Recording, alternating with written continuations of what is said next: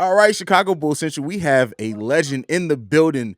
Bulls announcing legend and Bulls legend, three-time champion Stacey King is in the building. What's going on, Stacey?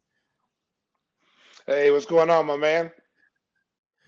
Man, been a really dry off season so far. That's all I can say, man. Yeah, whenever the Bulls are not playing, of course, it's dry. You got Yeah, the NBA Finals going on right now, which is it. I mean, everybody thought Golden State was going to win. I still think they are, but Boston is playing really, really well right now, and they're playing with a lot of confidence. for sure, for sure. Who do you have in that series? You think Golden State's going to still be able to pull it out, or you think Boston's gonna win it? Well, really, I thought I had a puncher's chance. I thought that in that Miami Boston series, I thought Boston had a better chance to beat Golden State than Miami did because of their defense. They've been the best defensive team all year long, and it's evident in this series. I think the biggest thing that you've been able to see out of this series is where normally during the regular season, pick and roll defense is tough for the big guys because you have to switch on Mhm. smaller players, and if you don't have those bigs that can slide their feet, two or three slides, it really puts your defense in a tough situation. And I think Boston's big with Al Horford and Robert Williams third. They're showing, man, that they can get out there and guard people. They can contest 3-point For shots, sure. and you don't need to double. When they're beat off the dribble, you give them some help, but you don't have to sell out and try to double the ball, which makes Golden State swing the ball to the open shooter, and that's why you see they get those wide open threes all the time. Definitely, definitely. And like has it surprised you how just like the energy and almost physicality it seems like Golden State just has not been able to match up with Boston with? Because I that's something I didn't expect. I thought Golden State would make that series kind of a physical tough one, but it really seems like Boston who's taking the head as far as that part of it. Well, I mean, and you gotta look at the two teams. I mean, Golden State is more of a finesse oriented team. I mean, you got Steph Curry, Jordan Poole, Klay Thompson. Those guys are not physical guys that are going to hit Mhm. you in the mouth and punch you in the face. When you look on the other side, Marcus Smart, you got Jason Tatum, Jalen Brown. They've got guys on that other side that are grimy that don't Mhm. mind go and make it in a street fight type level. Or Golden State has a lot of guys that are finesse. They shoot a lot of threes. They're not taking anything away from Golden State. I mean, they've been playing this way for the longest. But what you're seeing is that Boston's not intimidated at all. Whereas Yeah. a lot of teams get intimidated playing against Steph Curry. You start hitting a couple of half court shots. It takes your momentum away, or big shot to end the quarter. Then you see teams just kind of fold when Golden State goes on one of those big runs. Yeah. Boston's not afraid.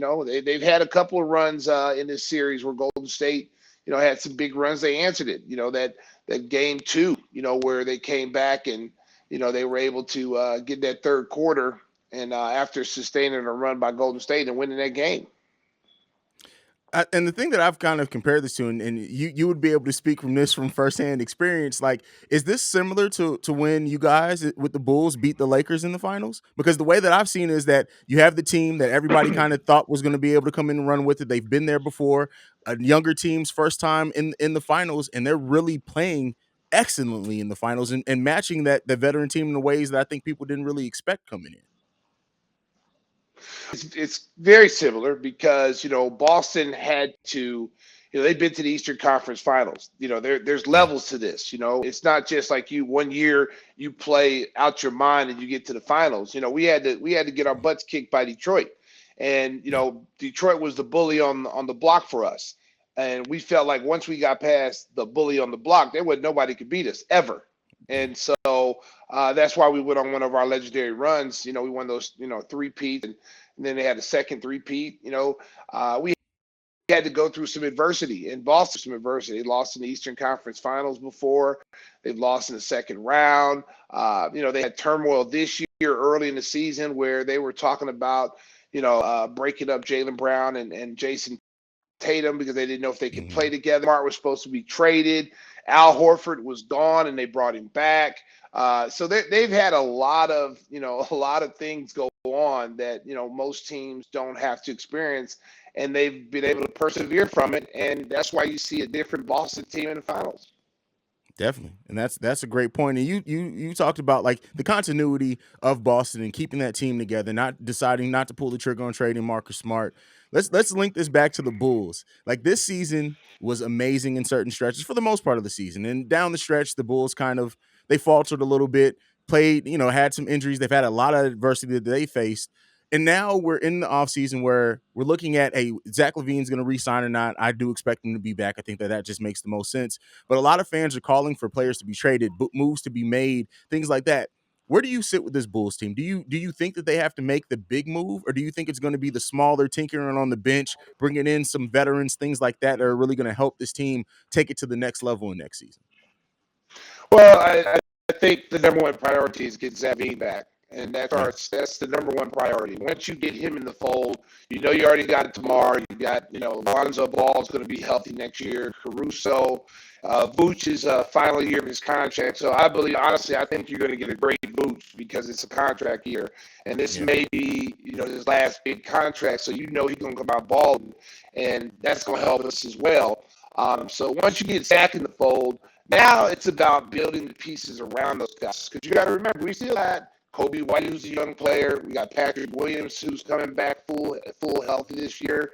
Um, two good young pieces. So your core group, is really solid. And to build a championship team, and I always tell people this, Bulls Nation, you get to get rid of people. You can't get quick to get rid of people because it's not going as fast as you want. I mean, you look back, think about what we need now, a stretch five, a guy that can play the 4 and 5 position. But go back to a few years ago, we got Bobby Portis. And look what yeah, he's done. Look what he's done. So you got to be careful about casting guys away and have a little patience with development because there's a I mean seriously, I mean there's guys we've given away that if we had them now, it'd probably be a different story. You go back for and we sure. need a wing player. We need a guy that can shoot threes right now. We had Doug McDermott, a few years ago. We've had guys, a wing defensive player that can guard 1, 2s, and 3s. We had Tony Snell here. If we let those guys develop, who tell them where we'd be right now. So I think the key for the Bulls, I feel AK and Mark Eversley are going to do a great job when it comes to picking the right pieces to go along. You've got to get good complementary pieces. So I think the number one priority is get Zach LaVine. Number two priority is to get you a knockdown 3-point shooter. Because if anything showed in that playoff game against Milwaukee Bucks did not care if we shot threes because they knew no one could make them. Yeah, So that was a glaring hole in our lineup. And then a rim protector, a guy that can come in and defend. Someone like a Robert Williams type of guy. It's not going to get you 20 points, but he'll get you 14. He'll dunk everything by the rim, and he'll keep the ball from getting to the basket. That's okay, for sure, for sure, for sure. How has you've gotten to be around these guys for years? You've seen these guys grow. You've seen the team go through the different phases and changes. How did this season feel different from just not the aspect of we saw the product on the court, but just from the guys in the locker room, like how they deal with each other, how the energy around the team? How was that different this season? it was a big difference. More professionalism. You got older players, guys who've been there, done that. It started with Vooch the year before when we were able to get him at the trade deadline. We gave up a good young piece in Wendell Carter Jr., but in order to Yeah, get to where the Bulls needed to go, you have to give up something to get something. So that was the first domino. And I didn't go before that. I mean, being able to get Billy Donovan as a coach, after Jim Boylan. I mean, that was a huge upgrade in the coaching staff, the assistants. So that was the start. And then, then it was getting Vooch to the trade deadline. We just missed the playoffs that year, the play-in game, yeah, because Zach ended up getting COVID, and that hurt us. And he missed like the last, two weeks of the season. It hurt us. And then, the following offseason, you bring in an all-star caliber player, DeMar DeRozan, 5-time all-star. One of the best two guards in the league, during his run, 10 plus years, one of the best two guards in the league. You bring in, Caruso, who played with LeBron, who won a championship, who's a valuable member of that Los Angeles Lakers team, who you heard their fans all year long wishing they'd had Caruso. You've heard players from the Lakers say they wish they had Caruso, and that was a mistake that they let him go. Alonzo Ball, who I consider one of the top 5-point guards in the league. When you look at the things that Lonzo did for us last year and the things that we missed in playoffs, he was a huge, huge hole in our lineup. I mean, he was the second leading rebounder from the point guard position. He was leading the team in blocked shots for the point guard position before he went out. And just the way he controls the pace and the way the team plays. And he's very efficient. He's a great three-point shooter who's shooting over 45% from the three from the point guard position. Another good floor spacer out there with Zach and DeMar. And then he made the game easy for DeMar and Zach. So you got him easy shots. You got somebody that knows how to read the defense, knows how to, get you the ball where you want it and make you more an efficient scorer. So I saw this, I can see from the very start, I know it's a long answer, but I can see from the very start with the professionalism that these guys brought, especially DeMar. DeMar is a leader.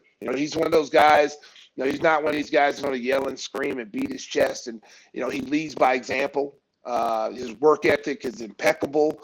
I just talked to Patrick Williams yesterday, and he's out there working with DeMar right now in the summertime. Mm-hmm.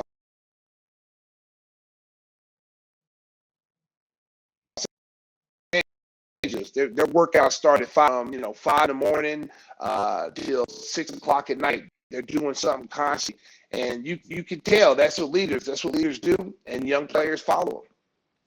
Definitely. And what do you think that that's going to do for jump starting Patrick Williams' development to have a player like DeMar who's been here, done that, has the killer instinct to really take DeMar under his wing for a summer? And especially Patrick Williams hasn't really, if I'm not mistaken, he hasn't had a full training camp yet since he's been a Chicago Bull. So to have this and then hopefully a whole training camp too, like what do you think that's going to mean for Patrick Williams? I expect a big year from Patrick. I mean, if you go back to last season, he only played 17 games last year, including the playoffs. The game where he in Minnesota, the last game of the year, I think showed the coaching staff, I think it showed Bulls Nation that this kid is a talent. He's a super talent. He just has to unleash it. He's got all these powers. I always liken it to, and I say this on the broadcast, he's a Ferrari, but he don't know how to drive it yet. He's stripping the gears. He don't know how to drive it. But once he learned how to drive it, and when you learn how to drive it, the coaches, Billy Donovan's helping him teach you, just like your father would teach you how to drive a car. Billy Donovan's how to teach Patrick, his strengths and weaknesses and how to utilize those every night, how to bring that to the table every night to win. And a lot of nights it may not be scoring.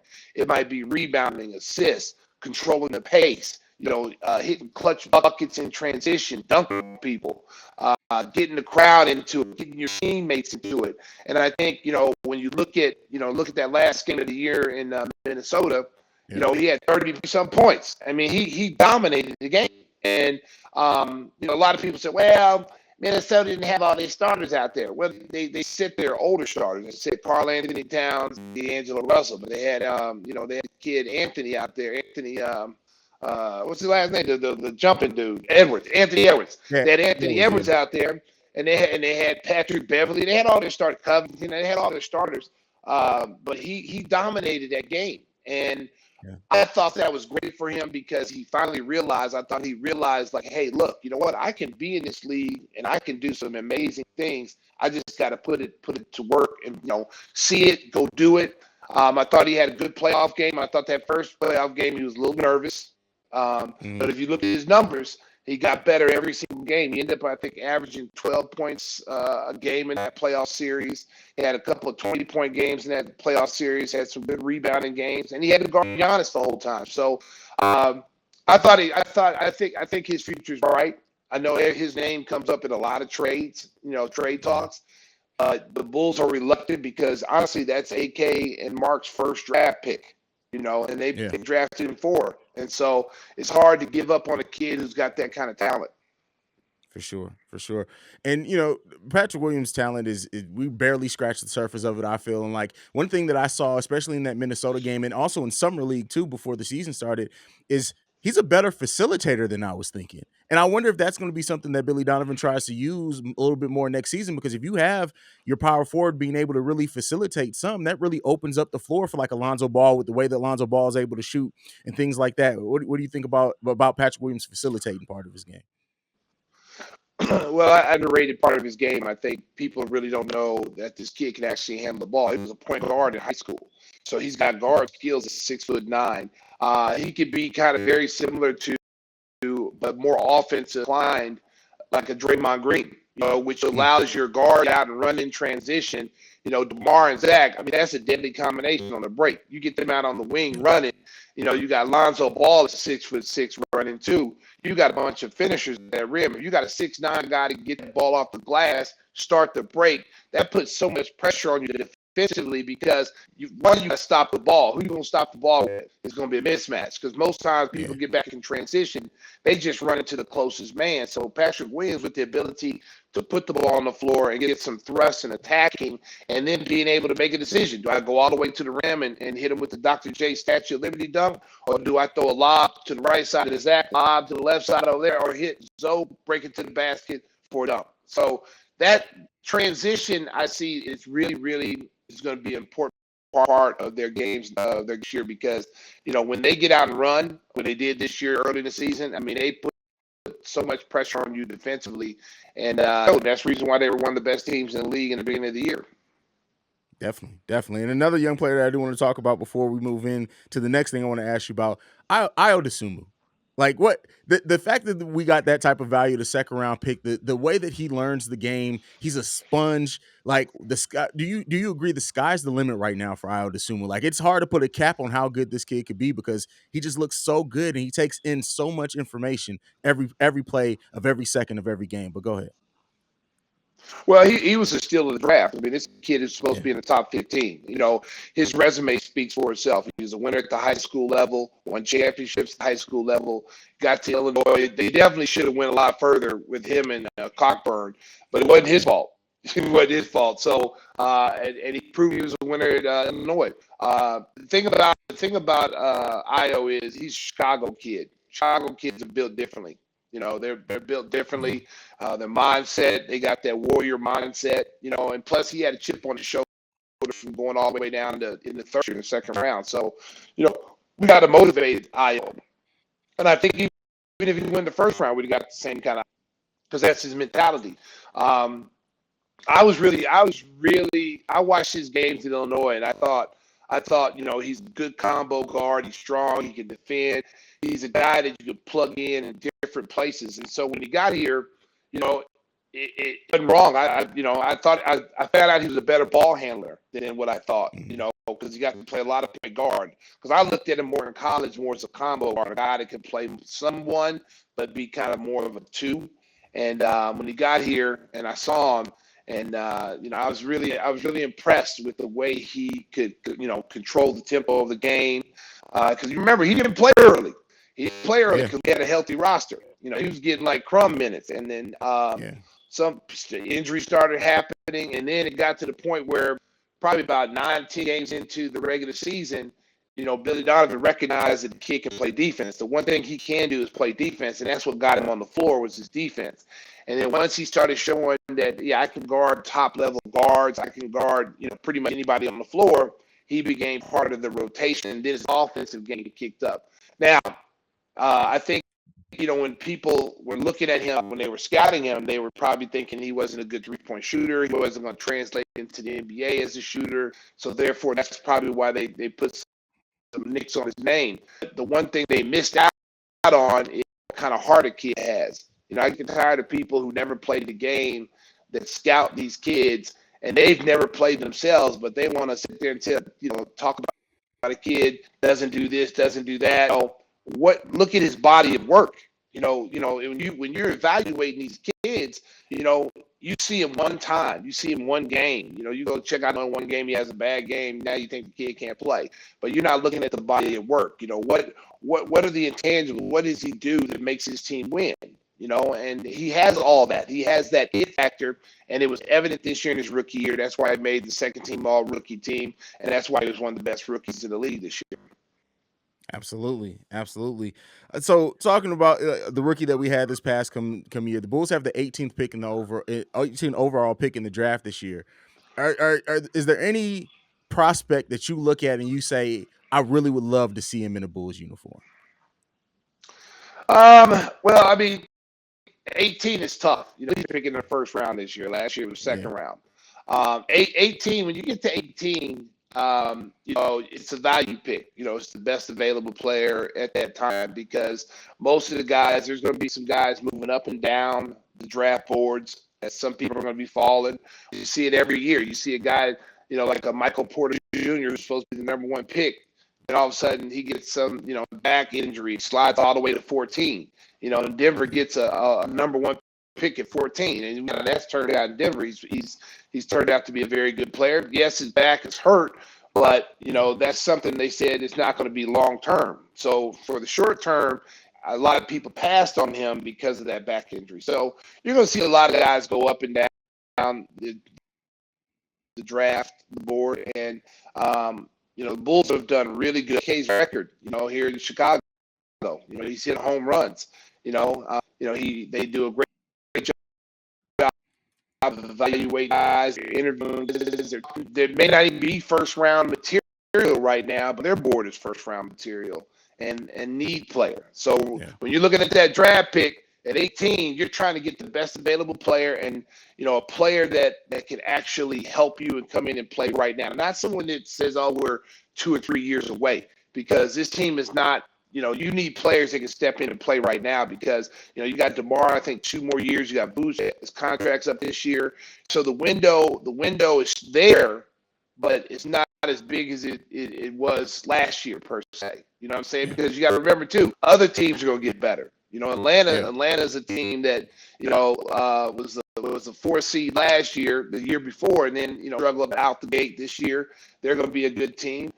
You still got Milwaukee right down the road, so you're drafting to beat the Eastern Conference to be able to get to the finals. So you're looking at the Philadelphias with Embiid. You're looking at Milwaukee. The Miamis. Those are the teams you're looking at when you're drafting and trying to get battle-tested guys that can go in there and battle. So with your question, though, if I'm looking at some guys like the kid Liddell, uh, 6'8", 6 strong body. I like him. I like the kid. I like the kid Williams from Duke, but all of a sudden now he done skyrocketed up to. I exactly. wish he wouldn't have done nothing. I wish he would just stayed at home and ate some Doritos and not let anybody see him because Yeah, he was scheduled. He was supposed to go like from that 15 to 20 something range, and then all of a sudden, man, he had a workout or something, and he exploded up the chart. So that's a guy I would love to get, but we're not gonna get him, no. But I know AK and them are gonna do their due diligence. I ain't worried about it, man. Whoever they get, I know is gonna be legit. oh, for sure. Like AK and everything. Like just looking at who they've worked out some names that I've looked at and be like, I didn't even know that kid was in the draft. But they do their due diligence. They go deep and take a Yeah. look at everyone. They're going to find the best person who's going to fit this team, and that's how you, as a fan, it makes you feel good to have a front office that you can trust and know, hey, they're going to do their thing. They're going to make it happen. So, And that's the one thing I try to tell Bulls fans, because you got to remember, a lot of people we didn't get out of the first round, and a lot of people disappointed, yada yada yada. Okay, but you got to remember, this new front office has only been here a year, a little bit over a year. They've turned the games to 45. We should have really won. Honestly, we should have 50 plus. But they've definitely, completely turned definitely, the culture around in less than a year. They've got the fan base is excited again. I mean, we tell you how excited our fan base is. We were the number one road attendance team, and we were the number from 22 COVID and coming out this year being the number one road team as far as attendance and that's an amazing thing right there. Bulls fans all over the world starting to get back out, starting to pump our chest out a little bit because now Bulls are not relevant. basketball just doesn't seem the same. You know what I'm saying? There's certain This teams is in this fact. league that they have to be relevant. You know, Chicago Bulls are one of them. The New York Knicks, the Celtics, the Lakers. I mean, those four teams have to be out there playing. They got to be in the playoffs. They got to be right out there in the forefront because those are the marquee names. They're the top. We're the top in sales. You know, as far as merchandise is concerned, our brand is Mhm. global. And when we're relevant, the world is. That's a 100% fact. When the Chicago Bulls are winning, it's just different. Um, Yep. last thing that I want to get into before I let you go, man, is and I know that you've detailed the story almost every. I watch almost every interview and podcast that you do on YouTube and everything, and I know you've talked about your transition to broadcasting heavily and how Neil Funk helped that so much, and that you even thought about leaving when he left and you decided to stay. And we appreciate you for that because I tell you what, Bulls commentary would not be the same without Stacey King on it. But I want to ask you this, man. What was the thing that scared you the most, for lack of a better word, transitioning from player to now being a broadcaster?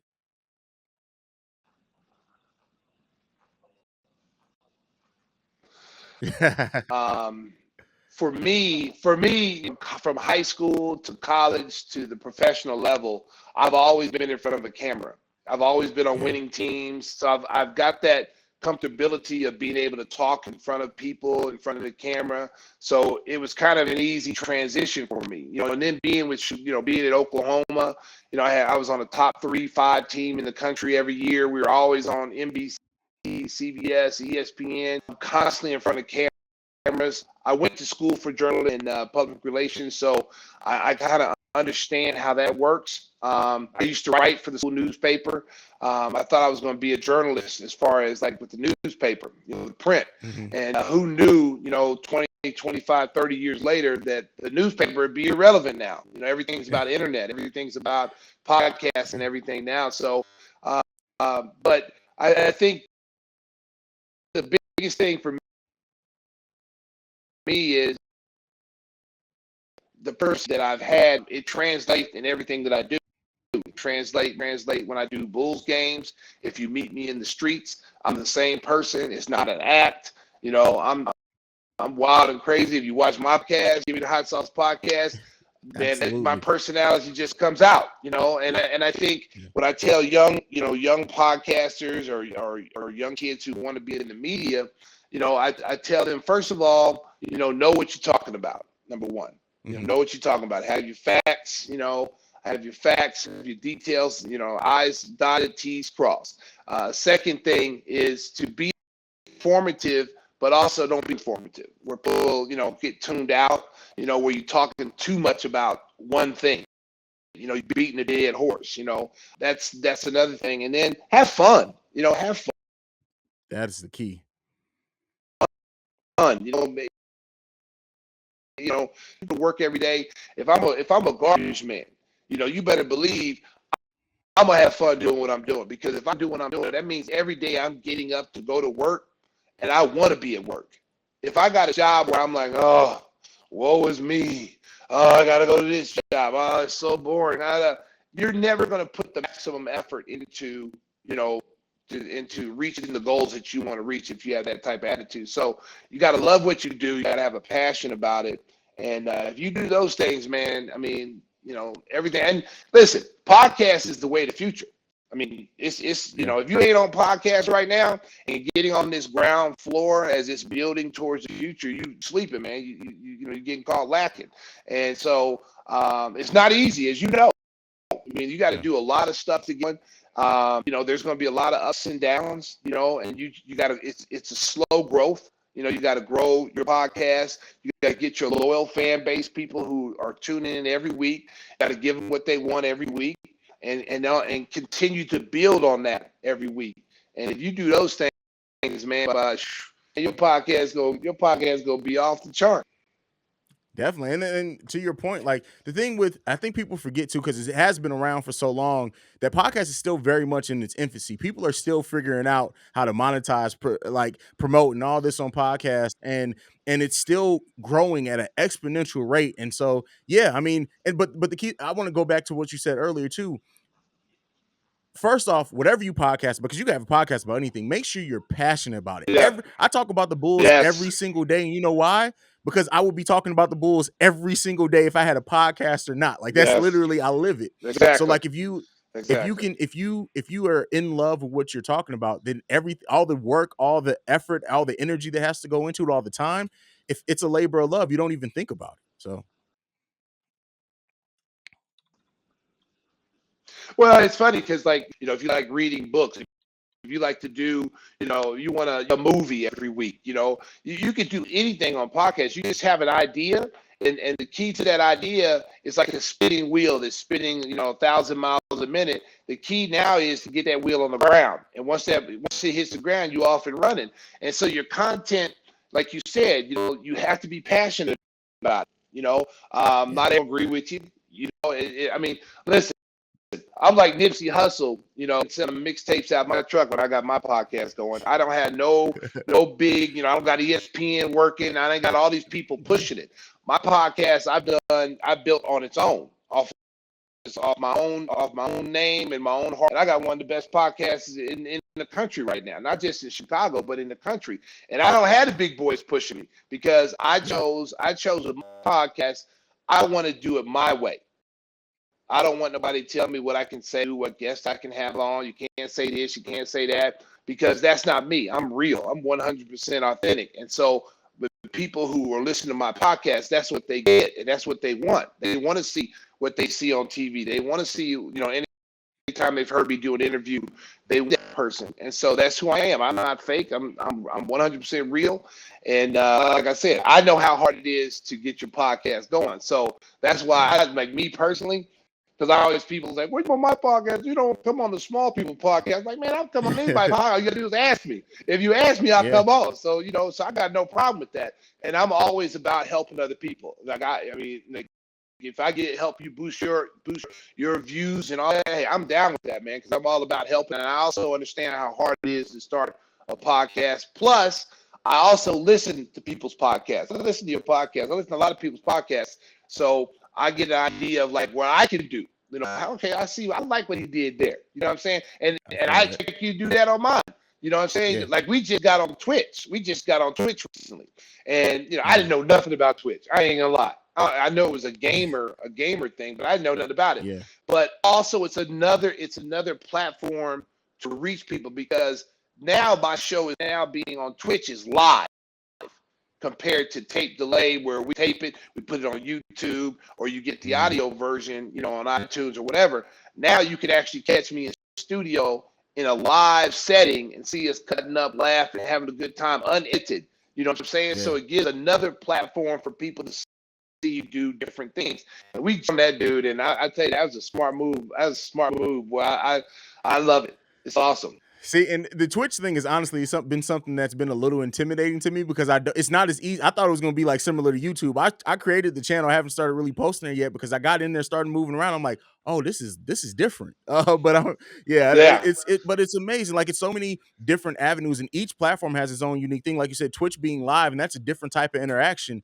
It's amazing Yes. to have that avenue and have that access to people too. We didn't have access to people back in the day, like so. And you think too though. It's on a podcast, like if you're taping it, it's hard to have interaction with fans. You can only Yeah, answer. They can ask you a question on YouTube on your YouTube channel, you can answer it. But on Twitch now, I can actually interact with the fans when they send in questions. And they're typing in the questions. Hey, think about the Rudy Gobert trade rumors, and I can actually answer it on air and answer it live, which makes it more like talk radio now. You know what I'm saying? yeah, So it takes you to a different level. It takes your podcast to a different level. And I would tell people, don't be afraid to take chances, man. You know what? Hey, at the end of the day, you got to crawl before you walk. You know what I'm yeah. saying? And a lot of times people are afraid to do different things. They're afraid to put themselves out there. And I always tell people this, the difference between successful people and unsuccessful people is a fine line. It's not as big as everybody thinks. Like, oh, it's a really small percentage. The difference is the person who's successful is not afraid to fail multiple Mm, times. If they fail 10 times, they don't care. They're going to accomplish it. The unsuccessful person is the person that's afraid to try because they're afraid of failure. They're afraid of listening to what other people say about them when they do fail. They're concerned about the wrong things. So therefore, they won't even try because it's like they know they're good enough to do it. They know they probably can do it, but the thought of failure is too overwhelming to them. So therefore, they will not even try. You know, and some of that's a them, great by not point. trying, will be hating. Will be hating the other person Who who did did try? try. And not Yeah, everybody. There are some people who are unsuccessful, won't try, but will hate on that other person. So you know. I always tell people, man, don't be afraid to put yourself out there. Don't be afraid to get out of your comfort zone and feel uncomfortable. Because being uncomfortable ain't nothing bad. You might find out you're better than what you thought. that's a fact. That's a fact, and that's what it boils down to. Yeah, growth comes from being uncomfortable. That's why it's called growing pains. Sometimes you got to force yourself to make it through those uncomfortable periods. Absolutely. Last Exactly. thing before I Exactly. get before I get you out of here, Stacey, I got to ask you about the nicknames, man. And this is the thing. I'm going to ask you with this. Has there ever been a player that comes up to you and is like, "Hey, man, where's my nickname, Stacey? When I'm going to get my nickname?" Yeah, Jimmy Butler. Jimmy Butler was one of the first ones that Okay. a lot of the nicknames are you gotta hoop to get a nickname, bro. I just Yeah. can't give you a nickname, And Yeah. Jimmy, I remember Jimmy's rookie year. Jimmy was probably playing 8 minutes a game. He wasn't getting no minutes at all. Matter of fact, like you talk about garbage time, he was on a double garbage time. He wasn't playing at all. Like the last 3 minutes of the game, the end of the quarter, they chill all dang or whatever. So he came up to me, and that was the heyday. That was the Derrick Rose, too big, too blue, all dangerous. All those names were coming up. And so Jimmy came up to me on the plane. He was like, yo, Stace, like, when can I get a nickname? And why haven't I got a nickname yet? I said, well, damn, Jimmy, you only playing like 8 minutes a game, bro. You got to get out on the floor. And he said, man, I can't get a nickname. I said, okay, here's what I'll do for you. I said, next time you get in the game, get a nickname. So it was in UC. He got in the game. We was blowing somebody out. He got in like 15 minutes. He scored like six six points in a row, or 3 buckets in a row. Bam, bam, bam. So I started calling him Jimmy G buckets. The G stands for gets. And so it took off, and he loved it, and he loved it. And that's how it started. And Jimmy now, that's part of Jimmy's brand. Brand. Jimmy G Yeah. buckets. He got a brand with Nike with that. So it's a fun thing. And what I try to do too is that I've kind of gotten away from the nicknames though, because it's kind of like the dunk contest. When you win the dunk contest 2 years in a row, now when you come back that third year, they expect you to hang from the rafters, do all kind of crazy stuff and outdo what you did. And when you don't do it, then it's like, oh, I thought that Yeah. would be better. That's not a 50. That's more of a 45. That kind of thing. So I've kind of gotten away from the nicknames because I also think it takes away from the analyst part of the game because you get known just for being the quick, all that stuff. I don't Hmm. want to be just known as that. I think I'm not tooting my own horn, but I would put myself out there, as far as NBA analysts are concerned. There's not too many guys better than me. That's a I'm not gonna fact. lie. That is I a mean, fact, bro. I'm That in the yeah. top. I'm in the top five. If you name a top five NBA analyst, my name got to be in there. I don't care where it's at, but it's got to be in there somewhere in the top five. And I'm not slighting anybody else. I got mad respect for everybody who does this, but I got so much confidence in myself. If you put me head to head in a game and they say we're gonna go head to head, it's like rapping. You know what I'm saying? Like you had them battles. I'm gonna Yeah. slice you up. So I don't want to sound arrogant or anything like that. I'm a very confident person, but I put myself in the top five. And you should, because there are several times where the Bulls are nationally televised, and the moment I'm like, "Oh, Stacey and Adam aren't on the," I don't even listen to the commentary. I'm not even gonna lie to you. Like that in my YouTube channel, like I do a live stream after every Chicago Bulls game, and people will say like, "Hey man, listen, I miss Stacey today. It sucks that Stacey and Adam weren't on the call." So yeah, you got to toot that on horn. You deserve that, brother. Let me give you your flowers while we on live, and I got the chance to, because yeah, I man, you are appreciate absolutely that. one of the best in the Appreciate that. game. Absolutely one of the best in the game. Appreciate that. Well, Means a lot. That's Thank you very much. thank you, man, and thank you for joining today, Stacey. I appreciate you giving me your time, man. I'm not going to take any more of it. Is there anything you want to plug? Tell them where they can check out. They should already be listening to Give Me the Hot Sauce if they listen to me. I don't know how they make it to me Oh without yeah, listening to you're Give Me the yeah Hot Sauce, but yeah yeah you gotta be you already yeah you gotta be one of my give me the hot sauce podcast. And then if you really want your own hot sauce, you need to go to givemethehot sauce.com and you can grab you some bottles of mine. I got 4 different flavors. This is my favorite right here. I'm gonna get ready to have me a quesadilla for lunch after this interview. So this hot sauce, St. Pat's Verde here. We got 4 delicious flavors. We got barbecue sauce. We got a super 1871 Chicago Fire, which is burn your eyebrows off. And then we got the red hot sauce with garlic on it, which is really nice. So, and anybody, like I said, just I'm on Twitter, I'm on Instagram. Everything Stacey King, you'll be able to find me. And I appreciate all the listeners who are listening. Just to keep listening to this show, Bull Central. It's a great show to listen to. I endorse it. I endorse it. I don't come on nobody's show unless I endorse it. I appreciate that, man. I appreciate it. Y'all make sure y'all follow Stacey King. Thank you for tuning in. You already know where to follow us, bullcentralpod@gmail.com. You can also follow us at just Bull Central Pod on every social media platform. But that is it. That was the legend, Stacey King. We out, y'all. Peace. This has been a presentation of the Break Media.